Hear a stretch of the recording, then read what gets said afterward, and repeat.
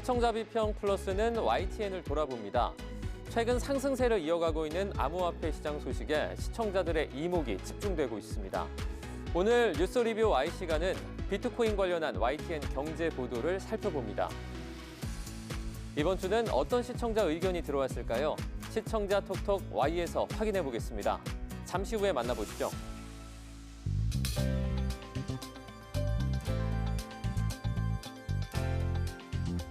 여러분 안녕하십니까? 정주영입니다. 12월 들어서 겨울철 졸음운전 사고가 급증하고 있습니다. 문을 닫고 운전을 하다 보니 실내 이산화탄소 농도가 오르기도 하고 또 히터를 틀기 시작하면서 포근한 온도가 졸음을 유발하게 되는데요. 창문을 주기적으로 열어 환기를 하고 공조장치를 켤 때는 외부의 공기가 유입되도록 신경 쓰는 게 좋겠습니다. 조금 춥겠지만 겨울철 졸음운전 예방법 실천해 주시길 바랍니다. 그럼 이번 주 시청자 비평 플러스 뉴스 리뷰 Y로 시작합니다.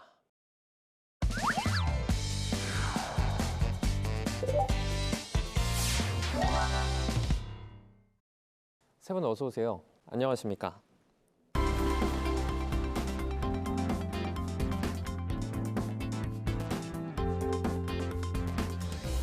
뉴스 리뷰 Y 시작해 봅니다. 먼저 반유미 시청자 평가원이 가져오신 오늘의 주제부터 들어봅니다. 비트코인 관련 경제 보도는 단순히 정보 전달을 넘어 금융시장의 변동성과 투자 위험을 경고해 시청자가 경제적 판단을 내릴 수 있도록 돕는 의미가 있습니다. 따라서 보도의 정확성, 신뢰성이 요구되며 동시에 시청자에게 균형 잡힌 정보를 제공하는 것이 중요하겠습니다. 그렇다면 YTN에서는 비트코인 관련 경제 보도를 어떻게 전하고 있었는지 이번 뉴스 리뷰 Y에서 살펴보겠습니다. 네, 최근에 이 탈중앙화를 목적으로 개발이 됐다는 비트코인이 큰 인기를 끌고 있지 않습니까? 보도량이 급증한 게 아마 트럼프 대통령 당선 이유인 것 같은데요. 이 부분이 시기상으로는 맞습니까? 그렇죠. 트럼프 지금 이제 대통령 당선자죠. 비트코인을 육성하겠다는 공약을 내세웠거든요. 트럼프 당선인이 공약을 내세웠던 이유는 미국의 빚을 갚겠다, 비트코인으로 갚겠다는 거거든요. 지금 미국 정부가 한 20만 개 정도를 갖고 있는데 5년 동안 100만 개를 늘려서 한 120만 개까지 늘리고 비트코인을 육성하게 되면 이제 돈이 많이 올라가잖아요. 그래서 한 30조 달러 정도의 반 정도를 갚겠다, 뭐 이런 얘기입니다. 그래서 여러 가지 정책도 내놨죠. SEC라고 해서 우리 이제 증권거래위원회 수장도 바꾸고 뭐 대개 이제 지능 육성책을 계속 발표를 했거든요. 트럼프 당선인의 개인 사업의 방향도 이 비슷한 게 있다는 얘기도 도는데 어쨌든 당선되고 나서는 또 그 공약에 맞게 막 추진이 되고 있어요. 그래서 비트코인 가격이 급등할 수밖에 없죠. 그러다 보니까 전 세계가 이제 막 출렁출렁 거리는 것이고 우리 언론들도 그걸 받아서 계속해서 뉴스화 시키는 거죠. 우리도 관심이 많은데 문제는 뭐냐면 트럼프 대통령은 불과 3년 전에 비트코인은 사기다 이렇게 얘기했던 사람입니다. 그리고 그 당시에 미국 재무장관도 비트코인은 변동성이 너무 크기 때문에 위험하다. 그래서 투기성 자산으로 분류가 됐던 것이거든요. 그러니까 비트코인은 언론의 입장에서는 시청자들에게 사실 주안점을 둬야 될 부분들은 아직은 뭔가 명확하게 손에 잡힌 규정이 안 돼 있거든요. 그런데 지금 너무 널뛰기식 보도를 하는 게 아닌가 그런 걱정은 좀 듭니다. 미국의 빚을 비트코인으로 갚겠다. 이게 가능할지는 잘 모르겠지만 실제로 선거 이후에는 비트코인 가격이 많이 오르고 있는 게 사실입니다. 네, 그러면 비트코인과 관련한 국내뿐 아니라 세계 경제 소식을 다룬 YTN 보도 살펴보도록 하겠습니다. 먼저 평가원님 가져오신 내용부터 저희가 보도록 하겠습니다.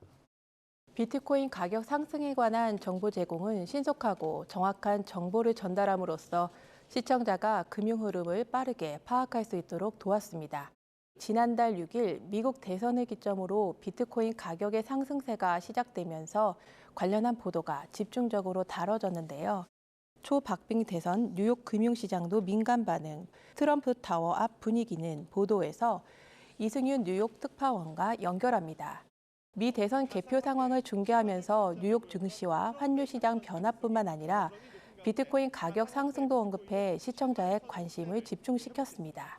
트럼프 승리에 미 증시 사상 최고치 비트코인도 훨훨에서는 대선 후 상승세를 보이는 미 증시의 경향성을 설명하면서 이번 선거 역시 트럼프 수혜주나 비트코인이 폭등에 가까운 상승세를 보이고 있다고 전했습니다. 그 밖에도 최고가 기록을 경신하는 비트코인 가격을 실시간으로 보도함으로써 시청자가 시장의 동향을 빠르게 파악할 수 있었습니다. 맞습니다. 말씀해 주신 것처럼 미 대선을 기점으로 보도량이 큰 폭으로 는 것 같은데요. 비트코인 첫 99,000달러 돌파, 미 SEC 위원장 1월 20일 사퇴. 이 기사는 비트코인 가격이 역사적으로 처음으로 99,000달러를 넘어서며 10만 달러를 눈앞에 두고 있다는 내용을 다루고 있습니다. 그런데 해당 보도에서 비트코인 가격 상승의 원인을 트럼프 당선과 갠슬러의 사퇴를 강조하는데요. 하지만 비트코인 시장은 그보다 더 복잡한 요인들로 영향을 받는 것으로 알려져 있죠. 예를 들어 글로벌 경제 상황, 법적 규제 변화, 기술 발전, 시장의 투기적 성향 등 다양한 요소가 비트코인 가격에 영향을 줍니다. 단지 한두 가지 정치적 사건이나 개인의 사태를 이처럼 과도하게 강조하는 것은 시청자가 시장의 복잡성을 충분히 이해하는 데 방해가 될 수 있다고 판단됩니다. 또 비트코인 상승에 긍정적인 측면만 부각하고 있다고 느껴진 보도였는데요. 부정적인 측면이나 위험에 대한 언급은 부족했습니다. 비트코인의 가격 상승이 과도한 투기적 거품일 수 있다는 점이나 향후 시장에서의 불확실성에 대한 경고는 전혀 다루어지고 있지 않은데 이는 시청자에게 균형 잡힌 시각을 제공하는 데 부족하다고 할 수 있어 보완이 이루어져야 할 것입니다. YTN 기사는 정치적 변화가 가격에 미친 영향을 중심으로 분석하는 방식을 취하고 있는데요. 분명 다른 원인이 있을 거라고 생각이 들어서 같은 주제로 보도된 타사 보도를 좀 살펴보았습니다. 물론 단순 비교는 어렵겠지만 세부적 원인 분석을 통해 시청자 눈높이에서 해석을 시도하기 위해 정치적 변화와 비트코인 가격 상승의 관계를 강조하고 있습니다. 트럼프의 정책과 SEC 위원장의 사퇴가 비트코인에 미치는 영향에 대하여 자세하게 다룬 측면이 있었는데요. 같은 주제라도 시각의 범위 차이가 YTN 보도가 상대적으로 좁다고 판단됐습니다. 또 한 가지 더 있는데요. 서학 개미 보유액 1,000억 달러 외면받는 한국 증시 제목의 보도입니다. 이 보도 역시 비트코인 가격 상승을 트럼프의 당선과 일론 머스크의 발언에만 연결하는 분석은 지나치게 단순화된 해석으로 보이는데요. 앞에서 말씀드린 것처럼 비트코인과 가상자산 시장은 다양한 복합적인 요인들에 의해 영향을 받습니다. 예컨대 글로벌 금리 정책, 중앙은행의 규제 변화, 다른 나라들의 디지털 자산 관련 법률 등도 중요한 변수로 작동하죠. 해당 보도는 이 점을 관가하고 트럼프와 머스크의 발언에만 집중하고 있다고 느껴졌습니다. 소중한 자산을 위협하는 위험 부담이 좀 따르는 분야인 만큼 언급해 주신 것처럼 이면을 모두 좀 다루면서 균형 잡힌 시각을 전하는 것이 중요할 것 같은데요. YTN 보도는 이런 부분들이 좀 잘 갖춰졌을까요? 네, 맞습니다. 비트코인 가격 상승에 대한 긍정적인 전망 외에도 그에 대한 우려를 함께 다뤄 시청자에게 균형 잡힌 관점을 가지도록 한 보도들도 있었습니다. 트럼프 랠리에 날개단 가상화폐, 상승세 언제까지 대담에 출연한 이인철 참 좋은 경제연구소 소장은 트럼프 2기 랠리를 전망하며 상승장을 이어가는 비트코인의 배경을 분석했습니다. 전문가 대부분이 상승장을 전망하며 그 배경에 집중한 데 반해 해당 대담은 변동성 우려에 관한 전문가 해석을 제시해 균형 잡힌 시각을 유지할 수 있게 했습니다. 오늘이 제일 싸다, 비트코인 또 사상 최고가 경신에서 최요한 시사경제평론가는 자신만 뒤처지고 있다는 불안감에 휩싸여 묻지마 투자에 나서는 포모 현상을 언급했습니다. 무리한 투자의 위험성과 시장의 조정 가능성을 강조해 시청자의 소구력을 높일 수 있었습니다. 그 밖에도 4년 만에 다시 트럼프 경제 안보 충격파 어떻게에서는 이정환 한양대 경제금융대 교수와 이문정 공주대 국제학부 교수가 함께 출연했습니다. 미 대선이 교역, 환율, 금융시장에 미치는 영향, 산업정책 변화와 같은 경제적 파급 효과를 설명했고 또 우크라이나 전쟁, 방위비 분담금, FTA 협상과 같은 안보 현안의 우선순위를 분석했습니다.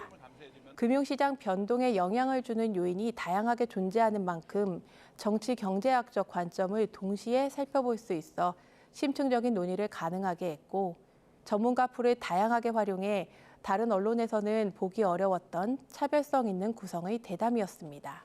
반면 아쉬운 대담도 있었습니다. 8만 달러 돌파한 비트코인, 트럼프 당선 효과 제목의 대담에서는 트럼프 수혜주의 업황을 설명하며 시청자에게 관련 종목에 대한 이해를 도왔는데 시장 기대감이나 화제성 있는 업종에 집중하고 있어 투자 과열을 경고하는 메시지가 상대적으로 약하게 전달될 수 있었습니다.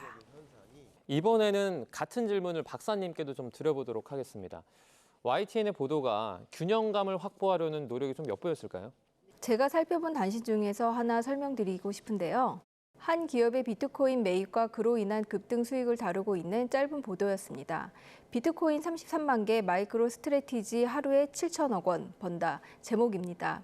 보도는 비트코인의 급등과 그로 인한 수익을 강조하지만 이는 단기적인 상승에 해당하는 것으로 장기적인 투자 성공을 보장하는 것이 아님을 명확히 해줄 필요가 있습니다. 마이크로 스트래티지의 주가는 올해 600% 급등했다고 하지만 비트코인 가격의 변동성으로 인해 이러한 수익은 언제든지 역전될 수 있는 것이죠. 기업의 비트코인 매입이 급격한 수익으로 이어졌다는 사실은 부각되었으나 이는 단기적인 시장의 흐름에 의존한 것으로 장기적으로 지속될 수 있을지에 대한 의문이 남습니다. 비트코인의 가격은 매우 변동성이 크고 이를 기업의 주요 자산으로 편입하는 것은 상당한 리스크를 내포하고 있다는 게 업계의 의견인데요. 마이크로 스트래티지의 수익을 긍정적으로만 부각시켜 묘사하고 비트코인 가격이 하락할 경우 기업이 겪을 수 있는 손실이나 리스크에 대한 언급은 전혀 없어 아쉬움이 남는 보도였습니다. 이러한 점에서 비트코인의 급등이 지속될 수 없다는 가능성에 대한 경고가 후속 보도로 이어졌으면 하는데요. 단신에 그친 보도이긴 하지만 언론학의 관점에서 시청자에게 균형 잡힌 시각을 제공해야 한다는 측면에선 다소 부족한 보도 내용으로 판단됐습니다. 또 아무래도 전문가 출연의 명함일 수도 있는데요. 경제 분야에 특화된 분들이 이렇게 출연을 하시다 보니까 용어 선택에 있어서 다소 대중적이지 않은 단어가 쓰일 때가 있습니다. 이 시청자들의 입장에서는 아무래도 이 내용을 좀 정리해 줄 필요도 있을 것 같은데 이런 부분에서 아쉬운 점은 없었습니까? 네, 맞습니다. 비트코인과 같은 금융자산 관련 보도가 늘어 시청자에게 익숙할 법도 하지만 가상자산에 대한 개인 간 정보, 이해의 차이는 여전히 상당할 것 같습니다. 이럴 때일수록 시청자의 금융 이해도를 고려한 정보를 친절하게 제공할 필요가 있겠는데요. YTN뿐만 아니라 대부분의 비트코인 관련 경제 보도에서 시장 조정, 랠리, 스테이블 코인과 같은 금융 용어나 경제학적 개념이 많이 등장하고 있습니다. 상세한 설명, 그래픽 활용, 정보 출처 공개를 적극적으로 활용한다면 시청자가 실생활에서 만나게 될 새로운 경제적 상황을 이해하고 대처하는 데 더욱 도움이 될 것입니다. 뉴욕 증시에서 비트코인 현물 ETF 옵션 거래 개시 제목입니다. 이 보도는 비트코인 현물 ETF 옵션 거래의 시작에 대한 내용을 다루고 있는데요. 비트코인 현물 ETF와 그에 따른 옵션 거래 개시는 암호화폐와 전통적인 금융시장의 교차점에서 중요한 변화를 의미하는 정보입니다. 다만 보도에서 옵션, 파생금융상품, 기초자산 등의 금융 용어가 등장합니다. 평가원님 말씀처럼 이러한 용어는 일반 시청자에게는 다소 어려울 수 있으며 금융에 익숙하지 않은 사람들이 이해하기 어려운 부분이 있을 수도 있죠. 보도 내용 중에서 옵션 거래가 무엇인지, 어떻게 작동하는지, 그리고 그로 인해 어떤 리스크가 발생할 수 있을지에 대한 설명이 부족하면 시청자들이 전체적인 맥락을 파악하는 데 어려움을 겪을 수 있습니다. 본 보도는 비트코인 및 금융상품에 대한 기본적인 관심을 가진 사람들에게는 유용한 정보일 수 있으나 전문적인 용어나 충분한 배경 설명이 부족해 일반 시청자가 이해하기에는 다소 어려운 점이 있을 수 있다고 판단됩니다. 앞으로 진행되는 비트코인 관련 경제 대담에서는 자막 제공이나 앵커의 개입으로 용어의 개념 설명이나 배경 정보 제공 등이 활발히 진행되길 바랍니다. 아무래도 경제 보도의 딜레마인 것 같습니다. 이해 수준의 편차가 상당히 크다라는 건데요. 계속적으로 기본적인 정보를 알리는 것이 도움이 좀 되겠죠? 비트코인 관련해서 제가 자료를 좀 찾다 보니까 기초 용어라는 그 자료가 있더라고요. 근데 기초 용어가 보통 블록체인 이 정도로 아마 들어보셨을 것 같고요. 비트코인 관련 용어에 채굴이라고 있습니다. 채굴. 비트코인을 이렇게 얻는 작업이라고 하죠. 해시라는 단어도 있고요. 지갑 주소 뭐 이 정도가 기초 용어라고 나와 있거든요. 그러니까 아직까지 비트코인이 일반 대중에게 인식이 아직까지 명확히 되지 않은 상태에서 언론이 이런 용어들을 어떻게 쉽게 바꿀 것이냐. 더구나 방송 기자들은 보통 시청자의 수준을 초등학교 6학년 정도로 놓고 기사를 쓰거든요. 어려운 내용들, 그다음에 이 어려운 관계를 어떻게 초등학교 6학년 수준으로 해설할 것이냐. 굉장히 어려운 그런 문제고요. 또 하나 우리 장유정 박사님 지적이 좀 인상적이었던 게 뭐냐면 경제 보도에서의 널뛰기 보도. 이게 굉장히 그 무책임한 희망을 준다는 거거든요. 지난 2007년에 제가 이제 중국에서 특파원 생활할 때 베이징 그 주식시장, 주식거래 시장을 한번 간 적이 있는데 그때 베이징에서 주식이 한번 크게 오른 적이 있었거든요. 연일 뉴스에서 뭐가 상한가를 쳤다 이런 뉴스가 나왔는데 주식 거래소를 가보니까 할머니 할아버지들이 그 안에 계신 거예요. 전부 나와 계신 거예요. 그래서 제가 왜 여기 나오셨냐 그랬더니 왜 나왔는지 모르겠다. 그래서 여긴 이거 뭐 하는 데인지 아십니까? 그러니까 모른다. 그냥 여기 나오니까 돈을 많이 번다고 뉴스에 나와서 그냥 나와 있다. 이렇게 얘기를 하시는 거거든요. 그러니까 특히 경제는 아주 쉽게 설명하는 것도 중요하고 명과 암을 꼭 설명을 해줘야 됩니다. 특히 비트코인은 가격 변동성이 어마어마하게 크거든요. 언론에서 보도하는 것들을 시청자들은 꼼꼼히 듣기보다는 이미지로 받아들일 가능성이 높습니다. 그렇기 때문에 비트코인 관련해서는 다 무조건 돈을 버는구나라는 이런 꿈을 심어주는 것은 굉장히 위험한 작업입니다. 그래서 쉽게 풀어주는 것, 그다음에 명과 암을 좀 냉철하게 해주는 작업, 이 두 가지 작업을 좀 언론이 해야 될 것 같습니다. 언론의 역할로서 쉽게 풀어주고 그리고 명과 암을 명확하게 표기를 해야 된다 이런 말씀까지 해주셨습니다. 비트코인과 관련한 안타까운 범죄 피해 소식도 늘고 있는데요. 범죄 피해 예방을 위한 언론의 움직임이 좀 큰 도움이 되면 좋을 것 같은데 이 관련한 보도들도 좀 있었습니까? 범죄 사례를 통해 투자 경각심을 높인 보도도 돋보였습니다. 코인 투자 어때? 형사에게 투자 권유 사기 일당 무더기 검거 보도는 비트코인 채굴 사업에 투자하면 고수익을 보장한다며 돈만 챙긴 투자 사기 일당의 검거 소식을 알렸습니다. 해당 보도는 범죄 사례 보도로 시청자에게 구체적인 사기 수법을 보여줌으로써 생생한 교훈을 전할 수 있었던 만큼 많은 전문가들이 전한 조언에 더해 유사한 상황을 예방하는 데 유용한 정보가 됐습니다. 다만 개인 차원의 범죄 예방 노력에 이어 금융, 수사당국의 대책을 점검할 필요도 있어 보입니다. 후속 보도를 통해 이용자 보호에 관한 점검도 이어가 주시길 기대하겠습니다. 박사님께서 보시기에는 범죄 피해 예방을 위한 어떤 움직임들이 조금 보였을까요? 저도 평가원님 말씀에 공감하는데요. 사건의 전말과 수법을 설명하는 데 주력했지만 시청자들에게 구체적으로 어떤 행동이 예방에 도움이 될 수 있는지에 대한 정보는 부족했습니다.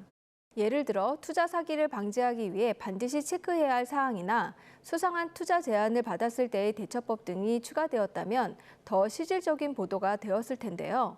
개인과 사회가 금융 사기에 대한 경각심을 높이고 예방책을 강화해야 한다는 방향의 대안 제시도 함께 다뤘으면 하는 아쉬움이 남았습니다. 네, 그럼 오늘 뉴스 리뷰 Y의 내용 정리해 보겠습니다. 이것만은 꼭 시간인데요. 평가원님부터 한 줄 평 부탁드립니다. 시청자의 신중한 판단에 돕는 보도 이어가 주길. 이번 비트코인 관련 보도는 시청자에게 정보를 전달함과 동시에 투자 과열을 경계하며 균형 잡힌 시각을 제공하기 위한 노력이 돋보였습니다. 단순히 시장의 긍정적인 전망을 전하는 데 그치지 않고 변동성과 투자 위험성에 대한 경고를 함께 다뤄 시청자가 신중하고 올바른 판단을 내릴 수 있도록 돕는 데 역할을 주었습니다. 더불어 시청자가 복잡한 금융 정보를 쉽게 이해하고 자신의 상황에 적용할 수 있도록 명확하고 친절하게 전달하는 것도 중요하겠습니다. 이를 위해서 다양한 시청자의 금융 이해도를 고려한 정보 전달, 그리고 정책적, 제도적 변화와 사회적 영향을 포함한 다각도의 분석이 이루어지길 바라겠습니다. 이러한 접근은 시청자에게 보다 깊이 있는 통찰을 제공할 뿐만 아니라 대중의 금융 이해도를 높이고 투자 환경 전반을 개선하는 데도 기여할 수 있을 것으로 기대합니다. 이번에는 장유정 박사님의 한 줄 평도 들어보겠습니다. 변동성과 리스크를 고려한 신중한 접근이 될 수 있는 보도로 비트코인 관련한 정보를 전달할 때는 가격 변동, 시장 트렌드, 주요 기업 및 인물의 발언 등을 신뢰할 수 있는 출처에서 확인된 최신 정보를 바탕으로 전달해야 합니다. 비트코인은 매우 변동성이 크기 때문에 기사를 쓸 때 가격 변동이 급격하다는 점을 시청자에게 명확하게 전달하고 과도한 긍정적인 전망이나 과장된 수익을 강조하지 않도록 주의해야 합니다. 또한 비트코인에 관한 의견이 다양하게 갈리는 만큼 특정 입장을 편향되게 전달하지 않도록 주의해야 합니다. 이를 위해 YTN 기사는 다양한 관점을 제시하고 균형 잡힌 시각을 유지해 줄 것을 기대합니다. 네, 가상화폐 대장주죠. 비트코인 관련 보도들 살펴봤습니다. 오늘 뉴스리뷰 Y 순서는 여기서 마치도록 하겠습니다. 세 분 오늘 말씀 잘 들었습니다. 고맙습니다.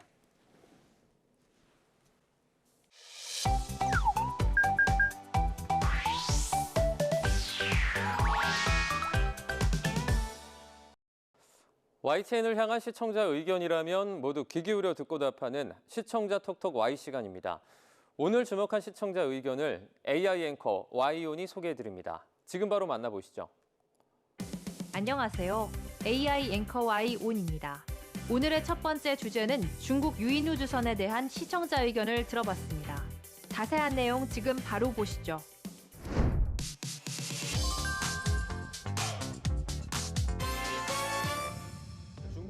얼마 전 중국이 유인우주선을 발사했다는 소식을 전하며 이에 대한 간략한 정보를 담은 보도가 있었습니다. 중국은 현지 시간 30일 새벽 간수성 주취안 위성발사센터에서 우주비행사 3명을 태운 선저우 19호를 우주정거장 텐궁을 향해 쏘아 올렸습니다. 선저우 19호 승무원들은 올해 4월 지구를 떠난 선저우 18호 승무원들과 교대한 뒤 우주정거장 텐궁에서 6개월가량 머물게 됩니다. 중국이 발사한 유인우주선 선저우 19호에 탑승한 우주 비행사 3명을 소개하고 앞으로의 일정을 짚어보기도 했는데요. 보도에서 중국이 선저우 19호를 발사해 자체 우주정거장 텐궁으로 보낸 소식을 전했는데 관련해 앞으로 선저우 19호가 수행할 임무 등을 설명했다면 이번 발사가 가지는 의미를 더 잘 이해했을 거라는 시청자 의견이 있었습니다.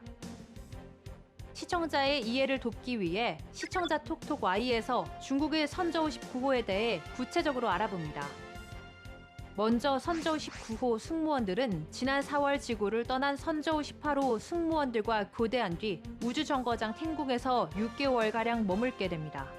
중국은 2022년 12월 독자 우주정거장 텐궁을 완공한 이후 6개월마다 유인우주선을 발사해 과학 실험 등을 수행할 비행사들을 보내고 있는데요. 선저우 19호 승무원들은 텐궁에 머무는 동안 86개의 우주과학 연구와 기술 실험을 수행할 예정입니다. 그중 인공달 토양으로 만든 벽돌 실험도 진행하는데요. 해당 벽돌이 우주 환경에도 버틸 수 있는지 확인해 향후 달에 세워질 연구기지 건설에 이용할 계획이라고 합니다. 또한 인간과 유전자 구조가 비슷한 초파리가 우주 환경에서 적응하는 모습도 관찰합니다. 또한 중국은 지난 10월 2050년까지 세계 인류 우주 강국 건설을 골자로 하는 국가 우주과학 중장기 발전 계획을 발표했습니다. 계획에 따르면 중국은 2027년까지 우주정거장을 운영하고 유인 달 탐사와 행성 탐사 프로젝트를 수행할 계획이라고 합니다.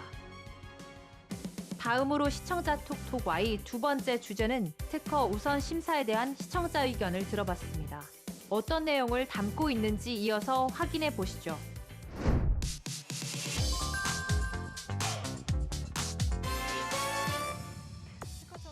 특허청이 앞으로 특허 우선 심사를 도입해 우리 기업의 산업 재산권 규모를 늘리겠다는 발표를 담은 보도가 있었습니다.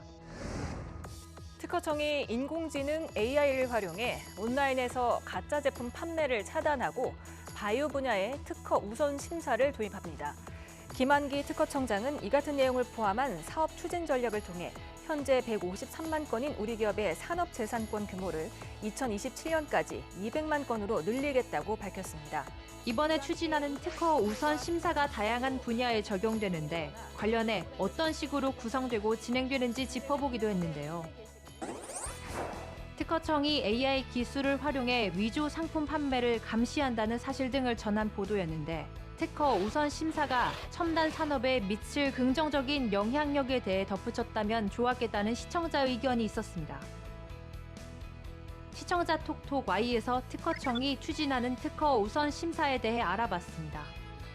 특허청은 특허 심사 역량을 대대적으로 확충해 왔습니다. 이를 통해 7월에는 내국인의 특허 보유 건수가 100만 건을 돌파했으며 연간 특허 심사 처리 건수도 대폭 증가해 2021년 18만 건에서 올해 약 20만 건 수준에 이를 것으로 예상되는데요.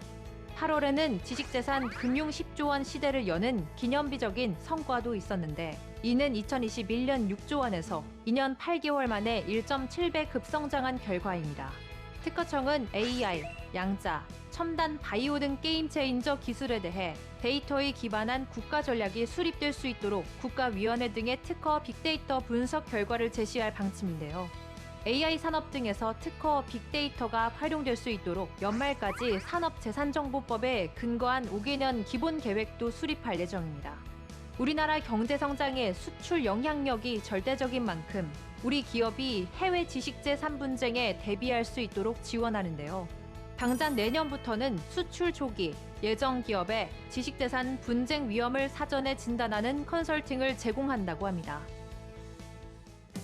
마지막으로 오늘 시청자 톡톡 Y 세 번째 주제는 도심 항공교통 UAM에 대한 시청자 의견을 들어봤습니다. 이어지는 내용도 지금 바로 만나보시죠.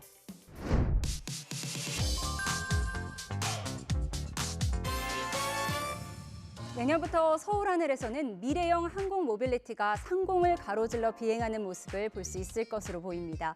서울시가 미래 교통수단으로 항공 모빌리티인 UAM을 실현하기 위한 계획을 담은 리포트가 있었습니다. 인간적 한계를 뛰어넘는 메가시티 서울의 비전을 발표했습니다.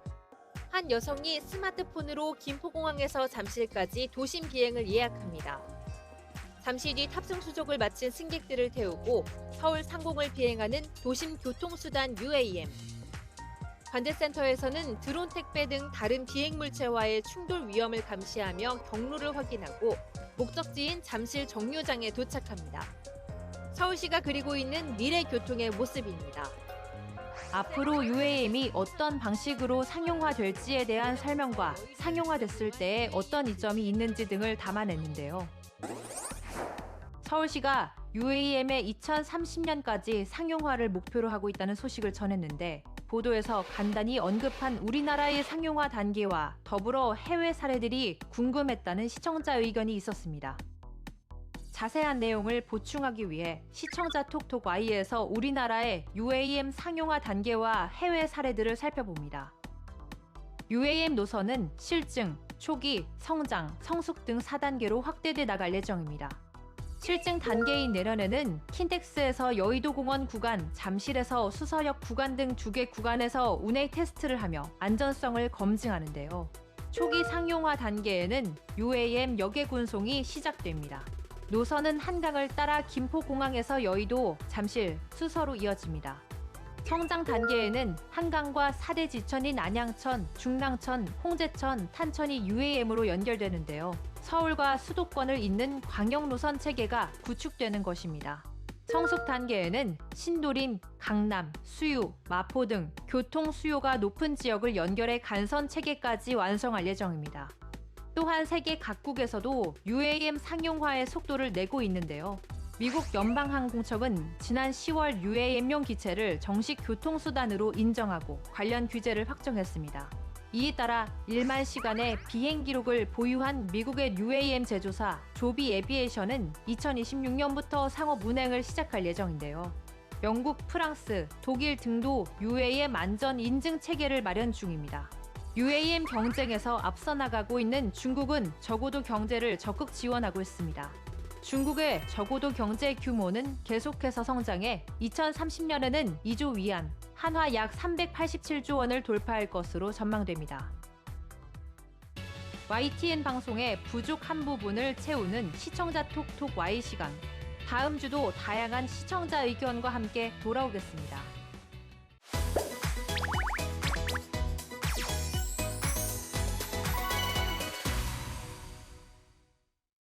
안녕하세요. YTN DMB 시청자 평가원 고두입니다. 날씨가 많이 쌀쌀해졌습니다. 기술의 발전은 우리가 도시에서 살아가는데 많은 도움을 주고 있는데요. 특히 더운 여름날 횡단보도 앞 냉기가 뿜어져 나오는 시원한 그늘막이나 요즘 조금씩 늘어나고 있는 버스 정류장의 온돌의자는 기술과 도시의 콜라보레이션을 명확히 보여주고 있었습니다. 도시에서 기술이 어떻게 상생하고 있는지 인간과 도시, 새로운 연결을 찾다로 많은 내용을 얻을 수 있었습니다.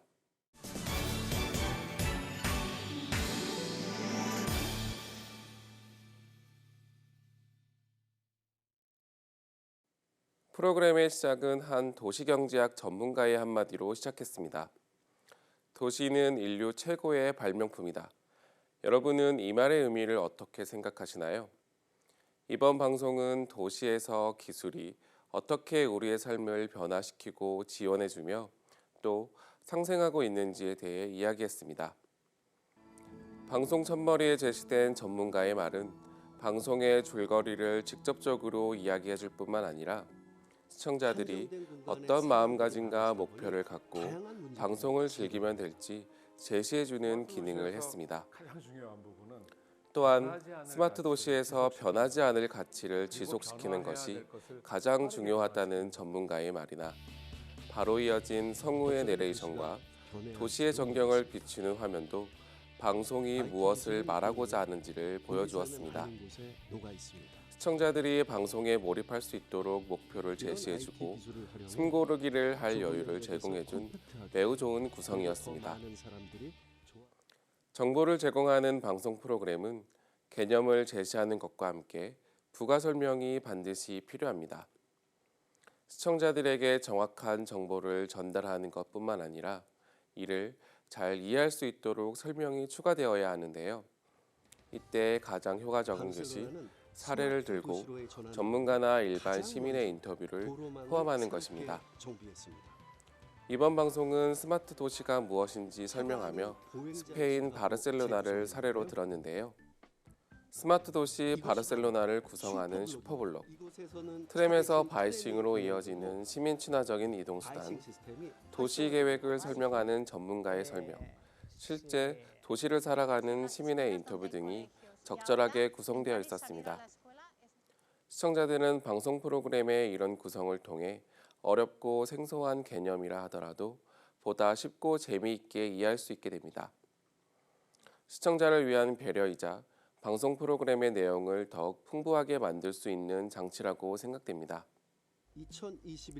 다음으로 보여준 사례는 우리나라의 부산이었습니다. 이에 앞서 도시의 스마트한 정도를 측정하는 기준인 세계 지능형 센터 지수를 설명해 줬는데요. 구체적인 도시의 이름과 점수를 표로 보여준 것은 객관적 정보를 제시해 줌으로써 방송 프로그램에 대한 시청자들의 신뢰도를 높일 수 있는 내용이었습니다. 스마트 도시로의 변화 모습을 가장 드라마틱하게 보여준 사례는 몽골이었습니다.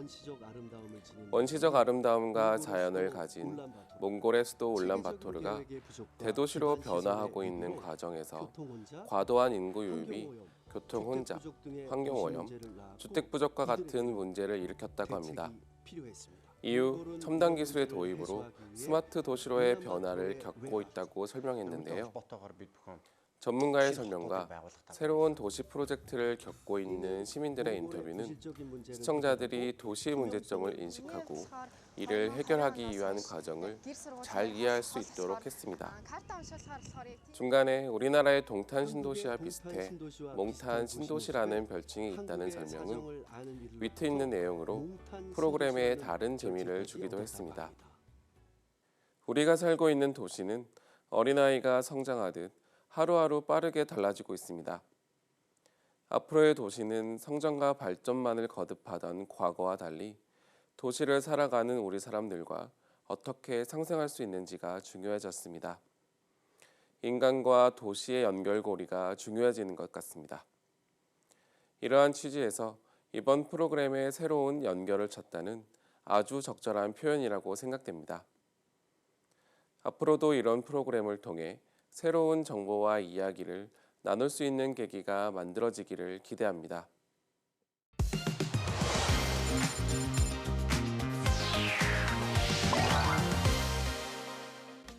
시청자 목소리로 YTN을 되돌아봅니다. 방송에 대한 여러 의견들 SNS와 홈페이지를 통해서 남겨주시고요. 시청자 비평 플러스는 다음 주 더 새로운 의견으로 돌아오겠습니다.